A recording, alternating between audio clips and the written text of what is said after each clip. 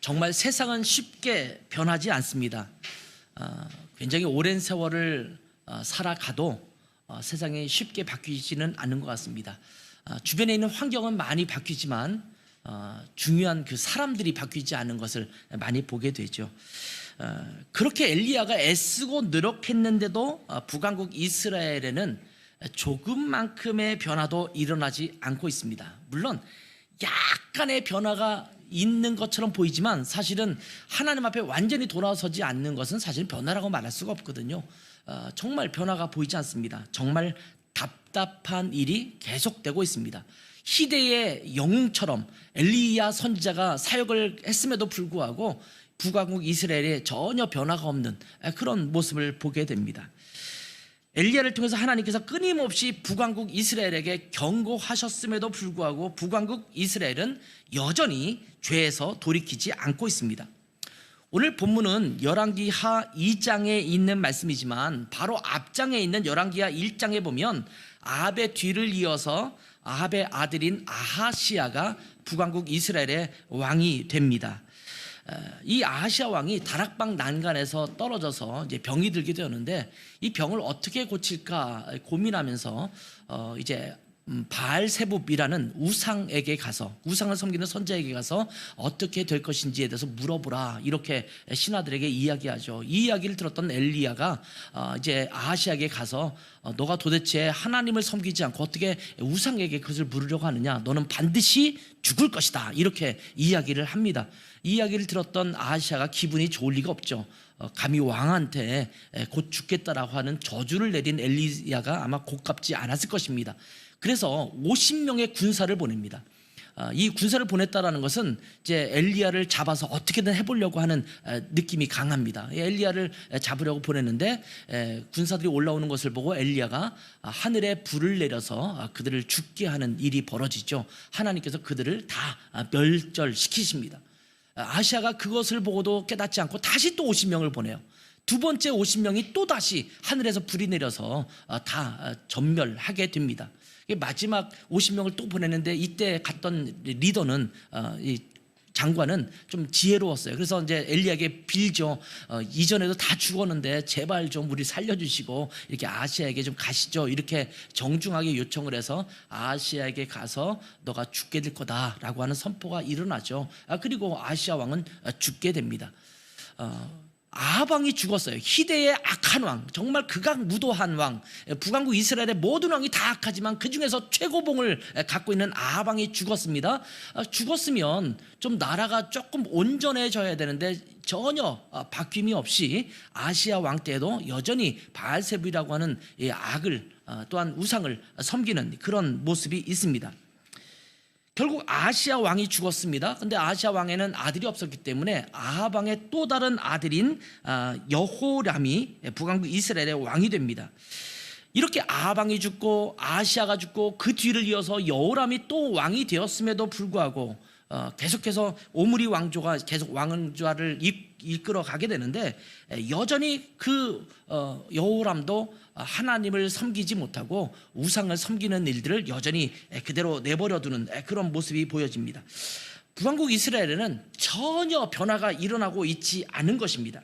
엘리야가 갈멜산에서 바알과 아세라 신을 섬기는 선지자들과 850대 1의 대결을 해서 엄청난 승리를 거두지 않았습니까? 그런데 아합은 여전히 우상 섬기는 것을 멈추지 않습니다. 엄청난 충격을 받았을 텐데도 전혀 미동도 하지 않고 여전히 그 신을 섬기는 일에 몰두했습니다.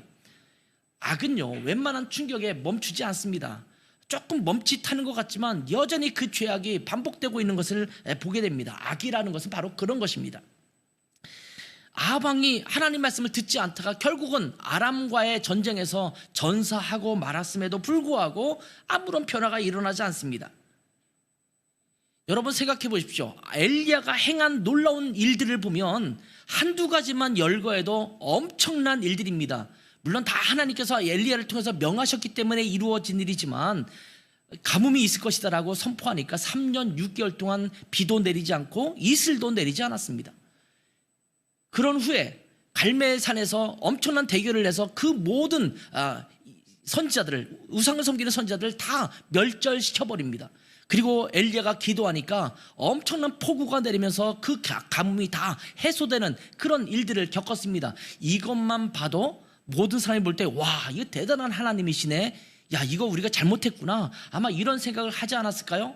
야, 엘리야라는 선자들은 정말, 선지자는 하나님의 귀한 선자인 것이 분명하구나. 엘리야의 이야기를 들어야겠구나. 이렇게 생각하지 않았을까요? 그런데 전혀 그런 일이 벌어지지 않습니다. 그리고 아까도 얘기했지만 아시아 왕이 보낸 50명의 군사들을 2번씩이나 이렇게 불로 멸하게 되는 엄청난 기적들도 맛보았습니다. 이런 일들이 계속 반복되면 어중간하면 야, 이거 우리가 정말 잘못해도 잘못했나 보다. 엘리야의 말을 들어야 되지 않을까? 이런 생각을 하지 않겠습니까? 그런데 아무런 일이 일어나지 않습니다. 북왕국 이스라엘은 여전히 어둠 속에서 하나님보다는 우상을 더 의지하고 있습니다. 하나님의 놀라운 역사, 하나님의 살아계심이 그들 가운데 목격되었음에도 불구하고 그들은 여전히 하나님 앞에 돌아오지 않고 우상을 섬기는 답답한 행보를 하고 있습니다. 이런 상황이 정말 답답하다, 여러분은 그렇게 느껴지실지 모르지만 어쩌면 지금 우리가 살고 있는 이 시대도 동일한 시대가 아닐까라는 생각이 듭니다. 역사를 되돌아보면 굉장히 여러 번의 종교개혁이 일어났었습니다. 또 부흥운동도 일어났었습니다. 우리가 교회사를 쭉 공부하다 보면 여러 유명한 인물들이 등장합니다. 제가 여기 쭉 기록을 했습니다만 체코에 가면 얀 후스라는 종교개혁자가 있죠. 그는 카톨릭 신자였지만, 카톨릭 신부였지만 체코말로 성경을 번역하고 또 주의 만찬을 함께 모든 성도들과 함께 나누면서 카톨릭의 종교적인 틀에 갇힌 그것을 깨트리려고 애썼던 이 얀 후스라고 하는 그 종교개혁가가 있었습니다. 여러분도 잘 아는 독일의 마르틴 루터, 또 스위스에 있는 울리히 찌빙글리, 또 프랑스에 있는 장 깔뱅, 우리가 칼빈이라고 많이 알고 있죠. 장 깔뱅. 이런 굵직한 종교개혁자들의 이름을 여러분도 아마 다 들어서 알고 있었을 것입니다. 혁명적인 종교개혁이 그 당시에 일어났었습니다. 그리고 1730년대에는 미국에서 조나단 에드워드에 의해서 부흥운동이 일어났습니다. 그리고 같은 시기에 조지 휘필드의 부흥운동도 미국에서 일어났었습니다. 1820년대는 찰스 피니에 의해서 부흥운동이 일어났었고요. 1904년과 1905년에는 영국의 웨일즈에서 웨일즈 부흥운동이 일어났던 역사가 있었습니다. 세계적으로 보면 제가 다 열거하지 않았지만 계속해서 종교개혁도 일어나고 부흥운동도 일어나서 하나님의 놀라운 역사가 그 땅 가운데 일어났던 시절이 있었던 것을 기억합니다. 우리나라도 마찬가지입니다. 우리나라에도 여러분 기억나는 부흥운동이 있습니까? 아마 대부분 1907년에 있었던 평양의 장대현 교회부터 시작했던 평양 대부흥운동, 이것을 기억하실 것입니다. 저희가 2007년도, 2017년도 이러면서 어게인 1907 이런 표어를 쓰면서 다시 한번 그 부흥운동을 이루어가자 이런 운동도 했었던 것을 기억하실 것입니다. 그런가 하면 1974년에는 엑스플로 74가 있었습니다. 저는 어렸을 때이긴 하지만 그 여의도 광장에 그렇게 모였던 것을 기억합니다. 1980년에는 80년 세계 복음화 대성회라는 집회가 여의도 광장에 있었습니다. 엑스플로 74에서는 매일 모였던 사람들이, 회중이 여의도 광장에 100만 명씩이나 모였습니다. 또 80년 세계 복음화 대성회, 이때에는 그 자리에 200만 명이 운집했다고 합니다. 여러분, 말이 그렇지 100만 명, 200만 명이 여의도 광장을 뒤덮은 그 광경을 한번 생각해 보세요. 80년 세계 복음화 대성회 때는 저도 그 자리에 있었습니다. 여의도 광장에 있었고 또 각 집회 때마다 저도 참석했었는데 엄청난 물결이 하나님을 찬양하고 경배하고 회개하고 자기 자신을 하나님 앞에 드리겠다라고 헌신했던 그런 운동이 일어났었습니다. 그것이 얼마 머지 않은 일입니다. 그 이후에도 반복적으로 이와 비슷한 운동들은 일어났던 것을 우리는 기억합니다. 그런데 이러한 부흥운동이 전 세계적으로 또 한국에서 반복해서 일어나고 있지만 세상은 여전히 악합니다. 아니, 어쩌면 더 악해져 가고 있습니다. 성경의 가르침과는 전혀 다른 방향으로 세상이 흘러가고 있는 것을 부인할 수가 없다라는 말씀입니다. 그런 의미에서 우리의 사역은 끝이 없습니다. 주님께서 이 세상에 다시 오셔서 세상을 심판하시는 그날까지 우리의 사역은 계속될 수밖에 없다라는 말씀입니다. 부흥운동도 계속 이어져야 하고 종교개혁도 끊임없이 이어져 가야 합니다. 한 번의 부흥운동, 한 번의 개혁으로 끝나지 않습니다. 이스라엘의 역사를 통해서도 우리는 이미 잘 보아왔습니다. 구약 시대에도 보면 어떤 왕들은 종교개혁을 일으켰던 왕들이 있었거든요. 성전을 다시 수리하고 유월절을 지키고 하나님 앞에 다시 헌신하자, 이런 활동이 있었던 그런 때가 있었습니다. 에스라로 말미암아 다시 포로에서 돌아왔던 이스라엘 백성들이 하나님 앞에 회개했던 그런 운동도 있었습니다. 그런데 결국 이스라엘과 유다는 하나님의 심판으로 말미암아서 아수르와 바벨론에게 멸망하게 되었습니다. 포로로 끌려가는 수모를 겪었습니다. 지금도 이스라엘에 하나님을 진정으로 아는 사람들이 있다라고 우리가 말할 수가 없는 시대를 살아가고 있습니다. 지금 하나님은 엘리야의 그 엄청난 역사를 통해서 하나님의 일들이 끝나가는 것이 아니라 엘리야로 끝나지 않고 엘리야 이후에도 끊임없이 하나님의 사람이 등장해서 하나님의 사역을 감당해야 될 자들을 찾고 있다라는 말씀입니다. 엘리야와 엘리사 선지자가 활동했던 기록이 열왕기상 하에 등장하고 있습니다. 근데 재미있는 것은 열왕기상 하는요, 열왕기서라고 한 권으로 원래 묶여있던 책 아닙니까? 열왕기서는 남왕국 유다와 북왕국 이스라엘의 왕들에 대한 기록입니다. 그래서 열왕기잖아요. 그런데 왕들의 기록을 담고 있는 열왕기서에서 엘리야 선자와 엘리사 선지자에 대한 기록이 3분의 1이 됩니다. 3분의 1. 왕들의 기록에 엘리야와 엘리사 선지자의 기록이 거의 30%가 됐다는 것은 놀라운 일 아닙니까? 왕도 아닌데 선지자에 대한 기록이 그렇게 많은 분량을 차지하고 있다는 말씀입니다. 이 소리는 이스라엘과 유다의 역사에 있어서 선지자들의 사역이 그만큼 중요했다라는 말씀입니다. 여러분 성경을 한번 보세요. 여러분이 성경 66권을 쭉 보시지만 왕들의 이름으로 기록된 성경이 얼마나 됩니까? 다윗 왕과 솔로몬 왕이 기록한 몇 가지의 기록은 있을지 모르지만 대부분은 선지자들에 의해 기록된 것이 대부분 아닙니까? 그만큼 이스라엘의 역사 가운데 하나님께서 택하신 선지자의 역할이 엄청나게 중요했다라는 사실을 우리 가운데 보여주고 있는 것입니다. 아직도 세상은 죄악으로 가득합니다. 어둠 속에 잠겨져 있습니다. 이 세상을 향한 등대의 역할을 우리 교회가 계속해서 해나가야 합니다. 세상에 빛을 비추는 그 역할을 멈추지 말아야 합니다. 그래서 라이트하우스가 이 세상에 필요한 것입니다. 어두운 세상에 갈 길을 보여주고 바른 길이 무엇인지를 보여줄 수 있는 그 등대의 불빛이 이 시대에 필요하다는 겁니다. 저는 그렇기 때문에 우리 교회가 작지만 세상을 향해서 그 선명한 빛을 비출 수 있는 그런 공동체로 그 역할을 잘 감당해야 될 줄 믿습니다. 이 북왕국 이스라엘이 여전히 죄악의 흑암 속에 있는데 하나님은 엘리야를 불러 가시려고 하십니다. 굉장히 당황스럽죠.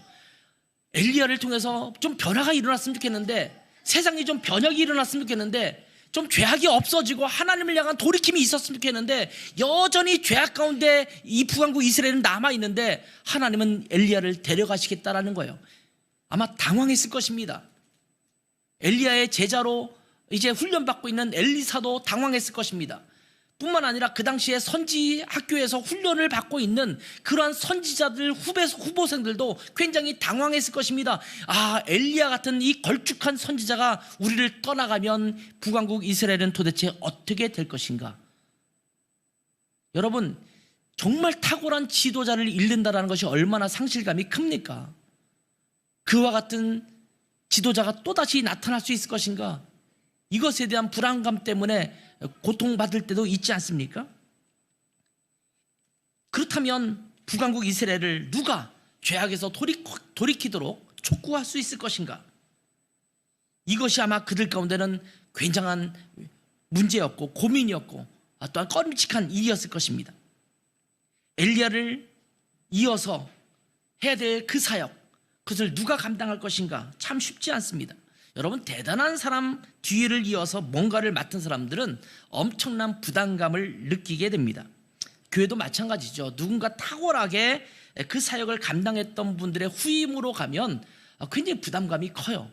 요즘 한국교회도 1세대뿐만 아니라 2세대가 이제 물러가는 시대가 되었어요. 뭐 1세대라고 하면 뭐 그전에도 교회 역사가 계속 되었었지만 뭐 한경지 목사님이라든지 이런 연세가 많으셨던 그런 분들이 돌아가셨잖아요. 그런 분들이 1세대라고 치면 지금 2세대라는 그 큰 교회를 이뤘던 그런 분들의 지도자들이 거의 이제 은퇴를 하시고 이제 그다음 후임을 맡아서 사역을 하고 있어요.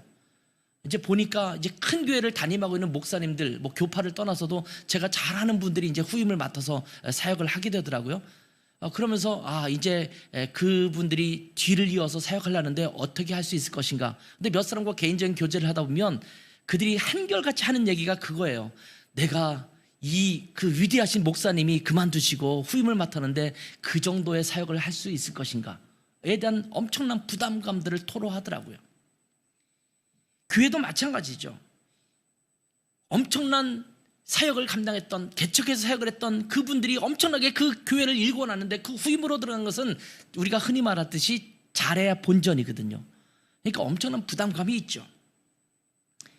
모세의 탁월한 리더십을 옆에서 보았던 여호수아도 마찬가지였을 것입니다. 모세가 떠나가고 여호수아가 새로운 리더가 되어서 가나안 땅으로 인도해야 되는데 얼마나 마음이 불안했을까요? 그러니까 여호수아 1장을 보면 하나님께서 여호수아에게 놀라지 말라, 마음을 담대히 하고 강하게 하라, 내가 너와 함께 하겠다, 모세와 함께 했던 것처럼 너와도 동일하게 함께 하겠다, 이렇게 격려하시고 독려하시는 장면이 등장하지 않습니까? 하나님께서 엘리야를 데려가시겠다라는 것은 이미 예비 선지자들 사이에서는 공공연한 비밀이었던 것 같습니다. 1절에 보면 하나님께서 엘리야를 데리고 가시려고 하는데 회오리 바람으로 하늘로 올리고자 하셨다, 이렇게 기록하고 있습니다. 엘리야가 죽어서 하나님께로 가긴 가는데 어떤 방법으로 가냐면 승천하시는 방법으로 데려가시겠다라는 것입니다. 엘리야를 이런 방법으로 데려가시겠다라는 것은 어떻게 선지자들이 다 알고 있었는지 모르지만 이 기록이 없어요. 그러니까 어떻게 이것이 드러났는지, 어떻게 엘리야에게 전해졌는지, 선지자들도 어떻게 알게 됐는지는 기록에 전혀 없어서 모르겠지만 선지자들은 이미 잘 알고 있는 것을 보게 되죠. 3절, 5절 이런 데를 보세요. 여리고에 있는 선지자들이 엘리야에게 나와서 이야기하지 않습니까? 3절에도 나오고 그렇게 말하죠. 당신의 선생을 당신의 머리 위로 데려가실 줄을 아시나이까. 5절에도 똑같은 반복된 말들이 기록하고 있습니다. 여기 엘리야가 이동했던 곳이 있죠. 길갈에서 떠나서 베델로 갔고, 베델에서 여리고로 갔다가 여리고에서 요단강가로 가거든요. 이 길갈과 또 베델과 여리고는 어떤 지역이냐면, 물론 이스라엘의 역사 가운데서도 중요한 지명이기도 합니다만 그 세 지역에는 선지자를 양성하던 선지자 학교가 있던, 뭐 선지자 학교라는 표현은 저희가 지금 하는 표현입니다만 엘리야와 엘리사의 제자들이 훈련받던 장소가 이 세 군데였어요. 그러니까 아마 엘리야가 승천하시기 전에 자기들의 제자들을 한 번씩 얼굴 보고 마지막 인사도 하고 둘러보고 뭐 아마 이런 과정 속에서 이곳으로 이동하지 않았는가라는 생각이 듭니다. 그런데 이렇게 말할 때마다 엘리사가 뭐라고 말하냐면 너희는 잠잠하라, 이렇게 이야기합니다. 아마 엘리사가 나도 아니까 좀 더 이상 떠들지 말아라, 이렇게 말하는 이유는 이제 엘리야라고 하는 당대의 강력한 선지자가 떠나가는 것을 여기저기서 알게 되면 그에 대한 불필요한 소동이 벌어질까 두려워서 아마 그렇게 말할 수도 있을 것이고, 아마도 이 말씀은 소란 떨지 마, 호들갑 떨지 마, 이런 말인 것 같기도 합니다. 아무튼 당시 최고의 강력한 선지자였던 엘리야가 떠나가는 것은 한편으로는 엘리사나 주변의 선지자들의 제자들에게는 위기처럼 느껴졌을 것입니다.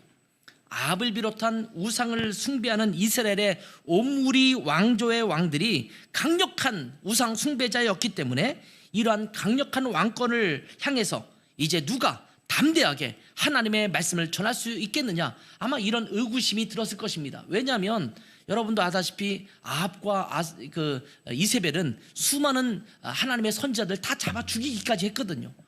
그런 왕조 앞에서 하나님의 말씀을 담대히 전하는 것은 엘리야나 할 수 있었지, 야, 우리 같은 사람은 할 수 없겠는데, 아마 이런 마음이 들었을 것이라는 생각이 듭니다. 오늘 본문을 보면 엘리야가 길갈에서 출발해서 베델로, 그리고 이어서 여리고를 들러서 요단 강가로 갑니다. 자, 그러면서 엘리사에게 뭐라고 말하냐면, 내가 베델로 가니 너는 여기서 머물라, 이렇게 말합니다. 근데 여러분, 2절과 4절과 6절이 거의 똑같은 말씀이에요.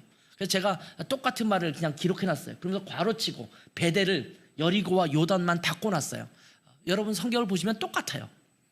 내가 베델로 가니, 또는 내가 여리고로 가니 너는 여기 머물러라, 너는 나와 같이 가지 말고 여기에 있으라, 이렇게 말하는 것입니다.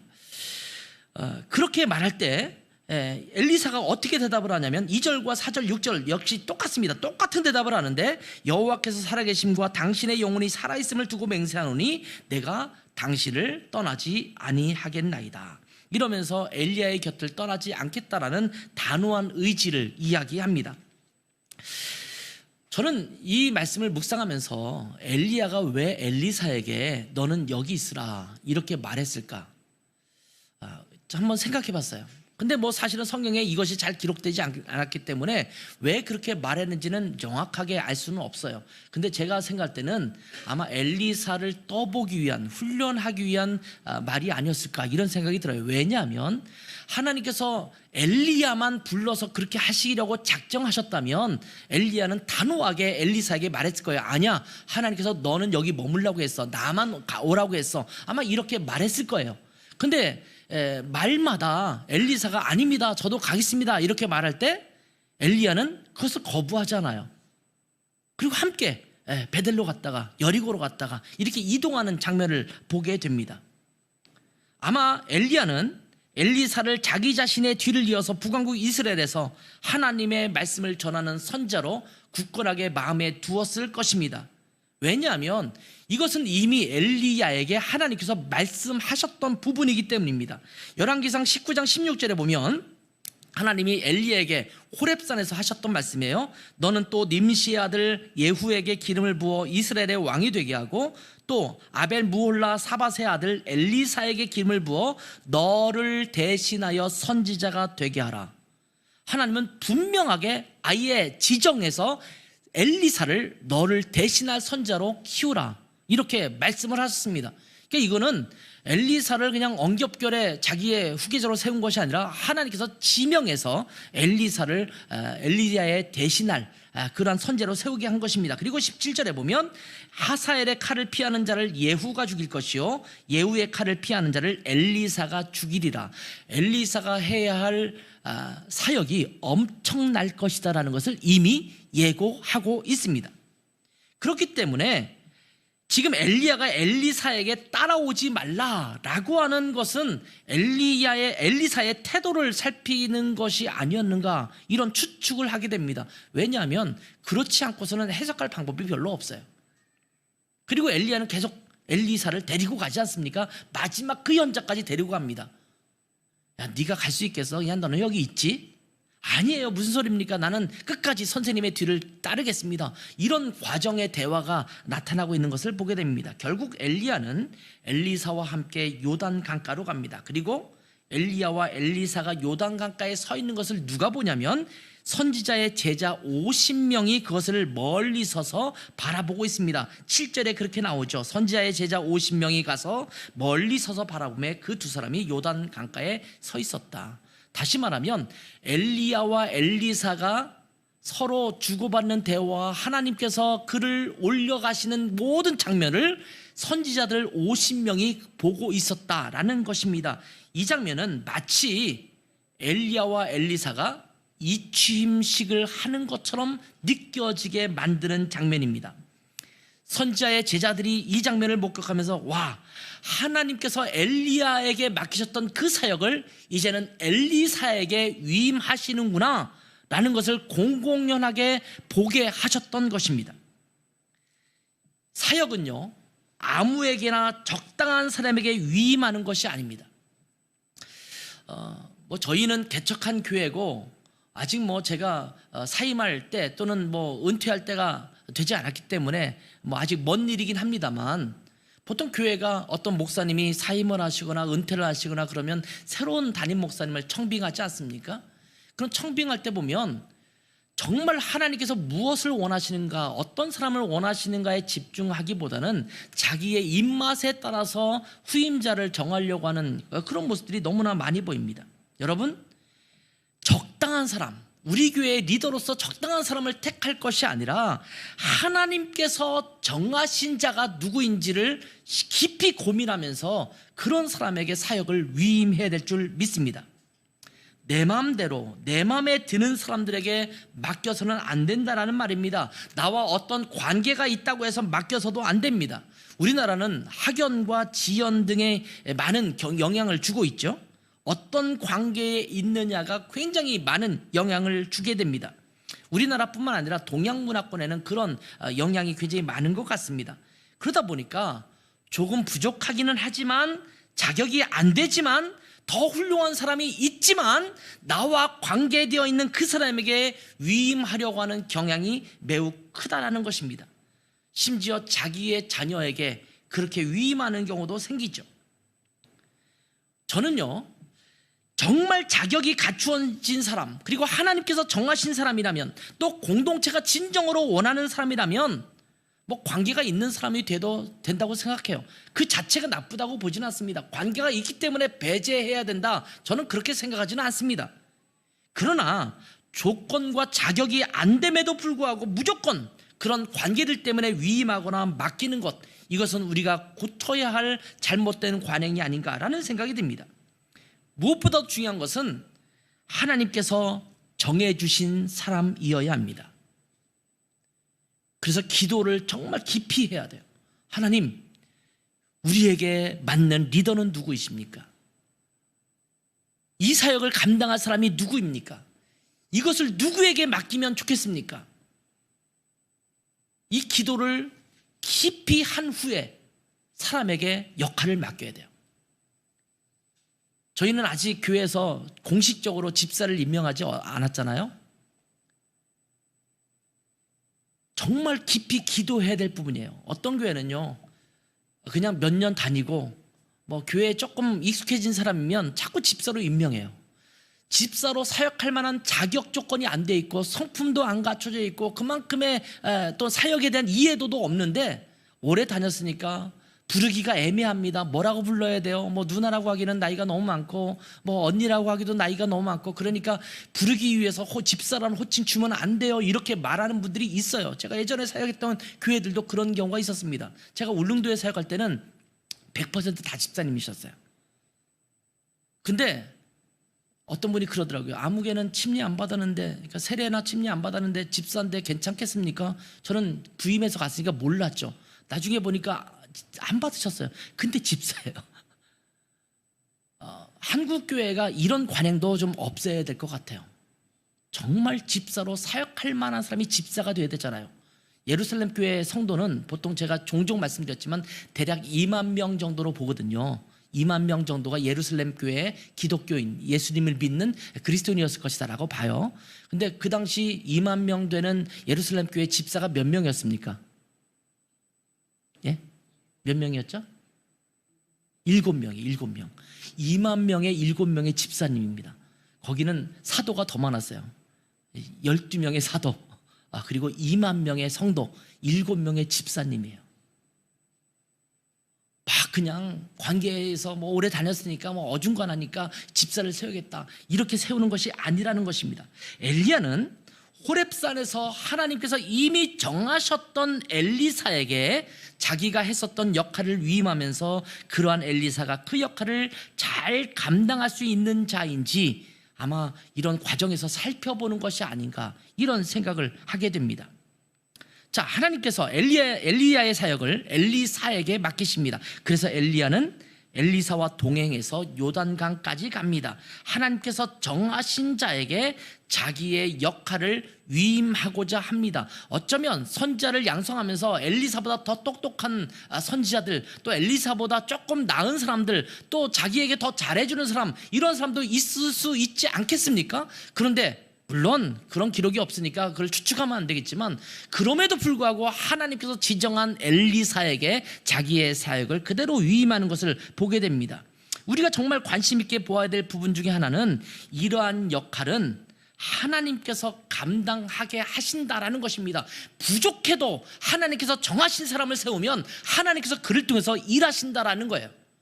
그러니까 우리 눈으로 보는 시각과 하나님이 정하시는 그 사람과는 다를 수 있다는 거예요. 한동안 우리나라 교회에서 담임 목사를 청빙할 때 미국에서 박사 학위를 하신 분들, 이런 분들이 선호되었던 시절이 있습니다. 근데 지금은 그 선호도가 조금 수그러들었어요. 왜 그런지 아십니까? 그렇게 해봤더니 별거 없더라. 아마 이런 경험치가 늘어나다 보니까 이제는 그것이 점점 없어진 것 같아요. 조금 부족한데, 조금 연약한 것 같은데, 좀 지명도는 없는데 하나님께서 그 사람을 택하셔서 하나님께서 일하시고자 한다면 하나님의 능력이 나타나는 것입니다. 근데 하나님의 능력과 관계없이 그 사람의 능력과 그 사람의 재능과 그것을 본다고 한다면 그 사람의 재능만큼만 일하게 될 것입니다.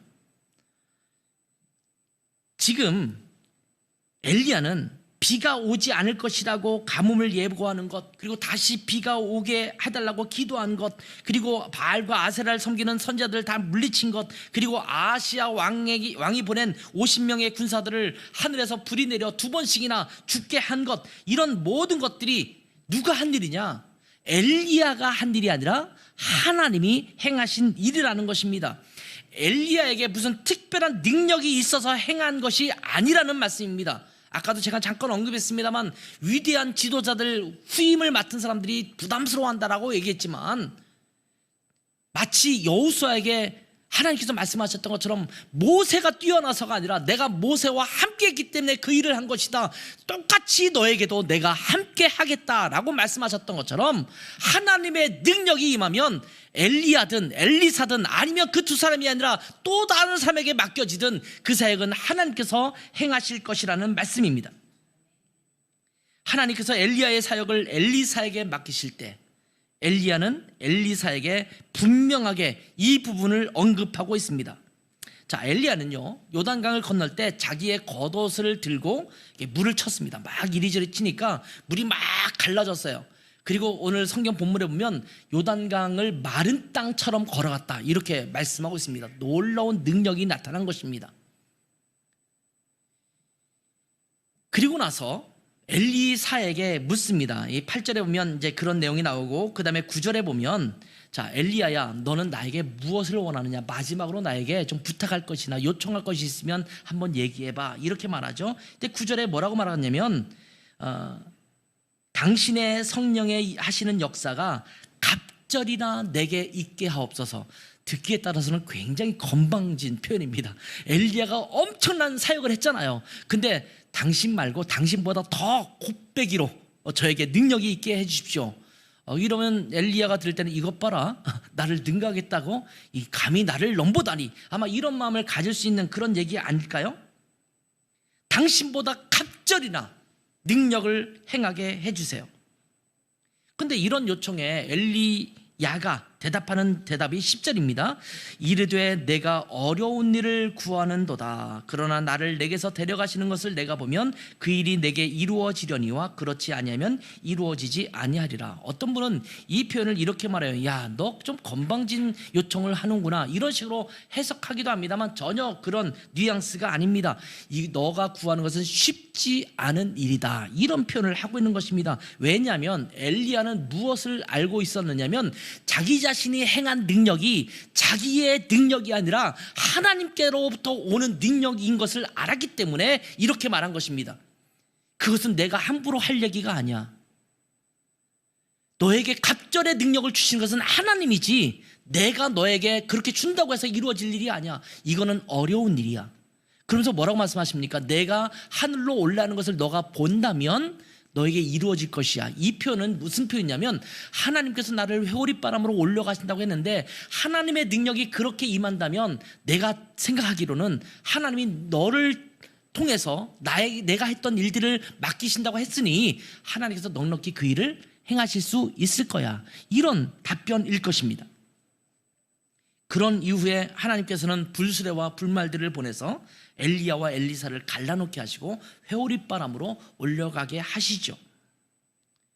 그러면서 엘리사는 나의 아버지, 나의 아버지라고 엘리야를 향해서 부릅니다. 보통 자기의 선생님에게 그렇게 호칭하기도 했었잖아요. 그리고 나서 엘리사는 엘리야에게서 떨어진 겉옷을 붙잡습니다. 여러분, 이 겉옷이라는 게 어떤 의미가 있냐면 처음에 엘리사를 자기의 제자로 삼을 때도 마찬가지입니다. 겉옷을 엘리사에게 던지는 장면이 나오거든요. 이 겉옷을 던진다라는 것은 뭐냐면 내가 할 수 있는 일을 너도 하겠느냐라고는 위임의 의미가 있어요. 근데 이 겉옷을 떨어뜨렸고 엘리사는 그 겉옷을 받았습니다. 자기의 겉옷은 찢어버렸습니다. 그리고 엘리야의 겉옷을 가지고 물을 또 이리저리 칩니다. 엘리야가 했던 능력이 엘리사에게 그대로 재현되고 있는 모습이 그 뒤에 등장하는 것을 보게 됩니다. 14절에 나오지 않습니까? 엘리야의 하나님 여호와는 어디 계시나이까? 라고 하면서 엘리야의 겉옷을 가지고 치니까 그 요단강이 갈라지는 그런 역사가 나타나게 됩니다. 이제 선지자의 제자들도 이 장면을 보면서 엘리야에게 임했던 성령의 역사가 엘리사에게도 그대로 임하고 있음을 깨닫게 됩니다. 오늘 본문으로 읽지는 않았습니다만 15절 보면 맞은편 여리고에 있는 선지자의 제자들이 그를 보며 말하기를 엘리야의 성령이 하시는 역사가 엘리사 위에 머물렀다 하고 그에게 가서 땅에 엎드려 그에게 경배했다, 이렇게 기록하고 있습니다. 여러분, 이 땅을 변화시키는 능력은 하나님께 있습니다. 엄청나게 규모가 큰 교회를 통해서 하시는 것이 아니고, 그렇다고 해서 그러면 또 작은 교회를 통해서 하시는 거냐? 그것도 아니에요. 그럼 어떤 교회를 통해서 하시느냐? 하나님의 능력이 임하는 교회를 통해서 하시는 겁니다. 하나님이 누구를 통해서 하나님의 능력을 행하겠느냐? 신학 박사를 받고 학위가 높은 목회 경력이 많은 그런 사람을 통해서 하시겠느냐? 아니요. 하나님의 능력이 임한 자를 통해서 하는 것입니다. 조건과 환경과 전혀 관계없이 하나님이 어느 교회에 임하셔서 일하시느냐, 어떤 사람에게 임하셔서 일하시느냐, 그것이 무엇보다도 중요하다라는 말씀입니다. 이 땅을 변화시키는 능력은 하나님께 있습니다. 어두운 세상을 비추는 빛은 우리에게서 나오는 것이 아니라 하나님께로부터 나옵니다. 우리가 할 수 있는 것이 아닙니다. 우리는 하나님의 능력을 구해야 합니다. 하나님께서 이 시대에 역사하시도록 간구해야 합니다. 모세가 했던 위대한 일도, 여호수아가 행한 놀라운 일들도, 엘리야가 행했던 엄청난 일들도 모두 그들이 한 것이 아니라 하나님이 행하신 일입니다. 우리가 하나님을 온전히 바라볼 때 하나님은 아직 연약하지만 라이트하우스 고향을 통해서 또 라이트하우스 무브먼트에 있는 그 작은 많은 교회들을 통해서 하나님께서 이 시대에 일하실 줄 믿습니다. 이제 우리가 하나님을 온전히 바라보고 따를 때 우리 각자를 통해서 우리의 가정, 우리의 직장, 우리의 사업터, 우리의 학교에서 하나님께서 역사하실 줄 믿습니다. 그 일을 위해서 우리 라이트하우스 고향을 선택하셨고 여러분을 선택하신 것입니다. 우리 하나님은 우리를 통해서 이 시대에 하나님의 놀라운 역사를 행하실 줄 믿습니다. 여러분이 또 우리 라이트하우스 고향이 이 시대에 이러한 사역을 맡아서 감당하지 않으시겠습니까? 보통 교회 오면 은혜 받기를 원합니다. 위로 받기를 원합니다. 교회가 나에게 위로해주고 격려해주고 나를 북돋아주기를 원합니다. 근데 하나님은 우리에게 무엇을 원하시냐면 이 시대에 주어진 사역을, 그 사명을 우리가 감당하기를 원하십니다. 그러기 위해서 여러분이 이 자리에 앉아있는 겁니다. 하나님은 우리를 그렇게 부르십니다. 그러한 하나님 앞에 온전히 자기 자신을 헌신하는 축복이 모든 성도들에게 함께하기를 주님의 이름으로 축원합니다. 기도하겠습니다. 잠깐 기도하면서 하나님 앞에 이런 하나님의 질문 앞에 좀 대답해 볼까요? 지금 이 시대에 나는 세상을 변화시킬 빛을 비출 그런 자들을 원한다. 근데 이것은 뛰어난 자, 능력 있는 자, 잘 갖추어진 자가 아니라 하나님의 능력을 부어 하나님에게 순종해서 그 역할을 감당할 수 있는 순종하는 자, 헌신된 자를 원한다. 바로 너가 그 일을 담당하지 않겠느냐? 바로 너희 교회가 그런 일을 담당하지 않겠느냐? 이렇게 우리에게 물으실 것입니다. 여러분, 그 하나님의 질문에 여러분은 어떻게 응답하시겠습니까? 이사야가 말했던 것처럼 제가 여기 있습니다. 저를 보내주십시오. 제가 그 일을 하겠습니다. 나는 아이라 아무 말도 하지 못하고 출입도 할 수 없는 연약한 자지만 그럼에도 불구하고 하나님께서 함께 하시면 제가, 우리 교회가 그 일을 하게 될 줄 믿습니다. 우리를 사용해 주십시오. 저를 드리겠습니다. 이런 고백 드리지 않겠습니까? 우리 짤막하게 하나님 앞에 그런 응답의 기도를 드렸으면 좋겠어요. 한 1분 정도 하나님 앞에 기도로 하나님 앞에 자기 자신의 응답을 기도하는 시간 갖도록 하겠습니다. 기도하겠습니다. 아버지 하나님, 하나님께서 이 시대에 우리 교회를 들어서 또 우리 자신을 들어서 이곳에 앉아있는 사람들 들어서 이 시대에 일할 것을 요구하시는 주님의 음성을 듣습니다. 엘리야를 통해서 일하셨던 하나님, 그리고 그것을 엘리사에게 위임하시고 그 일들을 감당하게 하셨던 하나님, 하나님 우리에게도 이 시대에 그러한 역할을 감당하도록 저희를 부르심을 저희가 들었습니다. 하나님, 우리 라이트스 고향이 그런 교회로 쓰임받게 도와주시고 여기에 속해 있는 모든 한 사람 한 사람이 그런 역할을 감당할 수 있는 작지만 하나님 앞에 붙들려서 크게 쓰임받는 하나님의 귀한 일꾼 되기를 원합니다. 하나님, 우리를 통해서 이 시대에 그 일을 이루어 주시옵소서. 하나님 아버지, 우리를 향해서 하나님의 사역이 계속 이루어져야 할 것에 대해서 권고하시고 우리를 부르시는 하나님의 말씀을 들었습니다. 하나님, 라이트하우스 고향이 그렇게 하나님 앞에 쓰임받기를 원합니다.